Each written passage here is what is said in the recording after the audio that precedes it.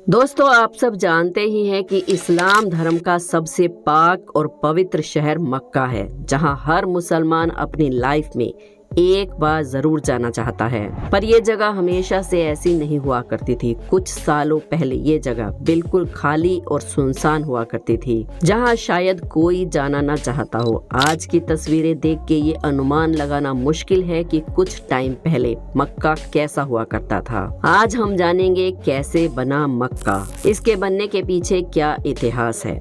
हर धर्म में उसके तीर्थ स्थान का बहुत महत्व होता है। इस स्थल में लोगों की आस्था जुड़ी हुई है। वीडियो शुरू करने से पहले आपसे रिक्वेस्ट है कि अगर अभी तक आपने हमारे चैनल अनोखी दुनिया को सब्सक्राइब नहीं किया है तो जल्दी से कर लीजिए और साथ वाली घंटी को प्रेस करना बिल्कुल ना भूलें। जैसे हिंदू धर्म में 4 धाम की यात्रा का अपना महत्व होता है, ये काफी पवित्र मानी जाती है, उसी तरह मुसलमान लोग हज के लिए मक्का और मदीना जाते हैं। इस्लाम में सऊदी अरब के ये 2 शहर मक्का और मदीना काफी पवित्र स्थल माने जाते हैं। हर मुसलमान की चाहत होती है कि वो अपने जीवन में एक बार इन दोनों जगहों पर जरूर जाए और मक्का में जाकर काबे का तवाफ यानी कि परिक्रमा करके अपने गुनाहों की माफी जरूर मांगे। इस्लामी काबे की क्या वैल्यू है, ये तो इसी बात से पता चलता है कि दुनिया भर में जितने भी मुसलमान हैं वो काबे की दिशा में ही नमाज को अदा करते हैं, चाहे वो दुनिया के किसी भी कोने में क्यों ना हो। जैसे कि हिंदुस्तान के मुसलमान, हिंदुस्तान की तरफ से मक्का पश्चिम की तरफ है, इसलिए हिंदुस्तान के मुसलमान पश्चिम की तरफ मुंह करके ही अपनी नमाज अदा करते हैं। काबा एक क्यूब साइज की इमारत है और काबा ग्रेफाइट पत्थर से बना हुआ है। इसकी लंबाई 40 फीट और चौड़ाई 33 फीट है। इसमें कोई भी खिड़की नहीं है, बस एक दरवाजा है। इससे पूर्व दिशा में लगभग 5 फीट की ऊंचाई पर एक काला पत्थर लगा हुआ है। काबा की 7 बार तवाफ करने के बाद सभी मुसलमान यात्री इसको चूमते हैं। ये पत्थर उनके लिए काफी अहम है। इसके चारों ओर बनी इमारतों को मस्जिद अल हरम कहा जाता है। अब बात करते हैं इसके इतिहास की।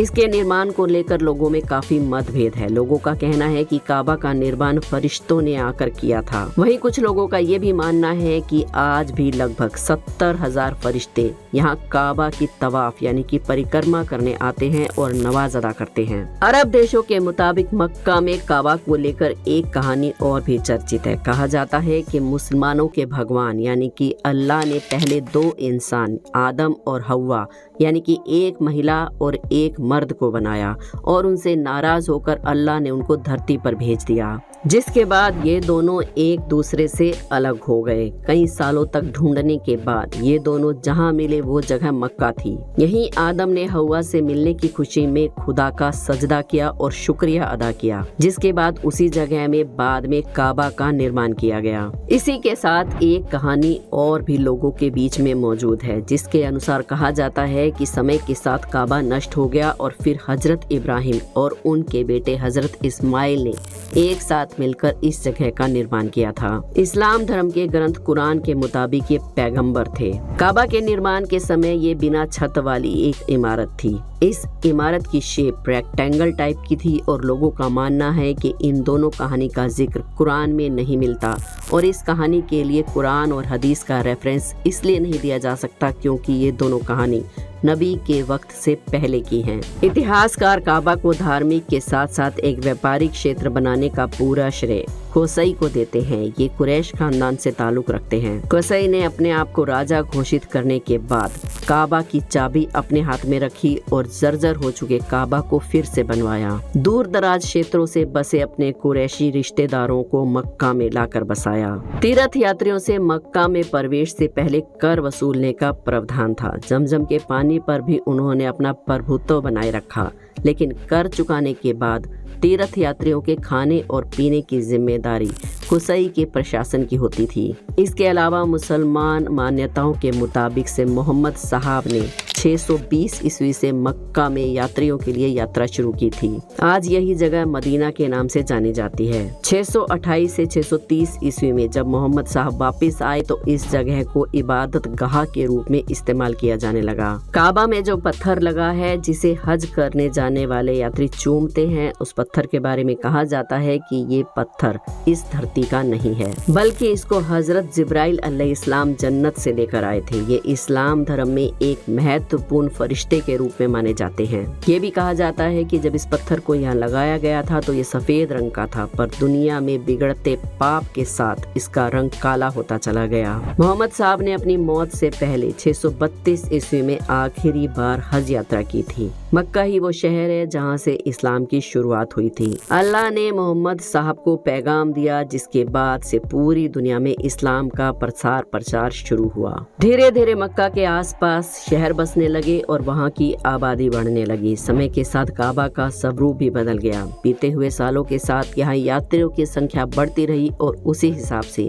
यहाँ के आसपास में डेवलपमेंट भी बढ़ता गया। खलीफा उस्मान ने 644 ईस्वी से लेकर 656 ईस्वी तक काबा के आसपास की इमारतों का निर्माण करवाया था। मक्का में कब्जा करने के लिए खलीफा अब्दुल मलिक, जो कि एक मुसलमान राजा ही थे, और इब्ने जुबैर के बीच गृह युद्ध छिड़ गया। इसी दौरान लगभग 683 ईस्वी में लकड़ी के बने काबा के ढांचे को आग लगा दी गई, जिसके बाद ये पूरी तरह से नष्ट हो गया। इसके बाद इसको हजरत इब्राहिम की डिजाइन के हिसाब से फिर से बनाया गया और इसके चारों ओर मस्जिद का निर्माण भी करवाया गया। काबा के आसपास बनी मस्जिद का कई बार निर्माण कराया गया, क्योंकि ये एक बार बाढ़ में भी पूरी तरह से बर्बाद हो गई थी। ये दुनिया की सबसे बड़ी मस्जिदों में से एक है। इसके बाद साल 1950 में बढ़ते तीर्थ यात्रियों के चलते इसके स्ट्रक्चर में फिर से बदलाव किए गए। आज ये मस्जिद 40 एकड़ से भी ज्यादा जमीन पर फैली हुई है। अगर आज काबा के स्ट्रक्चर की बात करें तो ये पहले से काफी ज्यादा बदल चुका है। ये क्यूबिकल शेप की एक इमारत है, जिसका दरवाजा जो पहले किसी लकड़ी का बना हुआ करता था,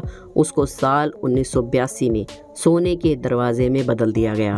काबा में ढकने वाला कपड़ा पहले मिस्र से मंगवाया जाता था, पर अब इसको सऊदी अरब में ही तैयार किया जाता है। मस्जिद अल हरम भी पहले की तुलना में काफी अच्छा बन चुका है। इसमें यात्रियों की हर सुविधा का ख्याल रखा जाता है। यहाँ हर साल लाखों की तादाद में पूरी दुनिया के मुस्लिम हज यात्रा करने के लिए आते हैं। इतने लोगों का इंतजाम करना कोई आसान काम नहीं है, इसलिए पूरे साल यहाँ की आबादी का एक बड़ा हिस्सा हज की यात्रा करने आने वाले लोगों के इंतजाम में लगा रहता है। यहाँ चाहे यात्रियों के खाने का इंतजाम करना हो या फिर उनकी देने वाली कुर्बानी का इंतजाम करना हो, सब कुछ पूरी तरह से सिस्टमैटिक तरीके से होता है। चलिए अब जान लेते हैं कि हज कैसे किया जाता है। इसके लिए यात्री सबसे पहले सफेद कपड़ा बांधते हैं, जिसे अहराम कहते हैं। यह कपड़ा कफन के समान होता है। इसमें किसी भी प्रकार की कोई सिलाई नहीं होती और साथ ही किसी भी प्रकार की कोई गंदगी भी नहीं लगी होती। फिर यात्री जहां से अपनी यात्रा शुरू करते हैं, वहां से लेके हज तक अपनी दुआएं पढ़ते जाते हैं। मक्का पहुंचने के बाद काबा के चारों ओर चक्कर लगाते हैं, यानी कि तवाफ करते हैं, यानी कि उसकी परिक्रमा की जाती है। फिर अराफात के मैदान में शैतान को कंकर मारा जाता है। फिर कुर्बानी के फर्ज को पूरा करने के लिए बाल कटवा दिए जाते हैं। इस तरह मक्का और मदीना की यात्रा को पूरा कर इंसान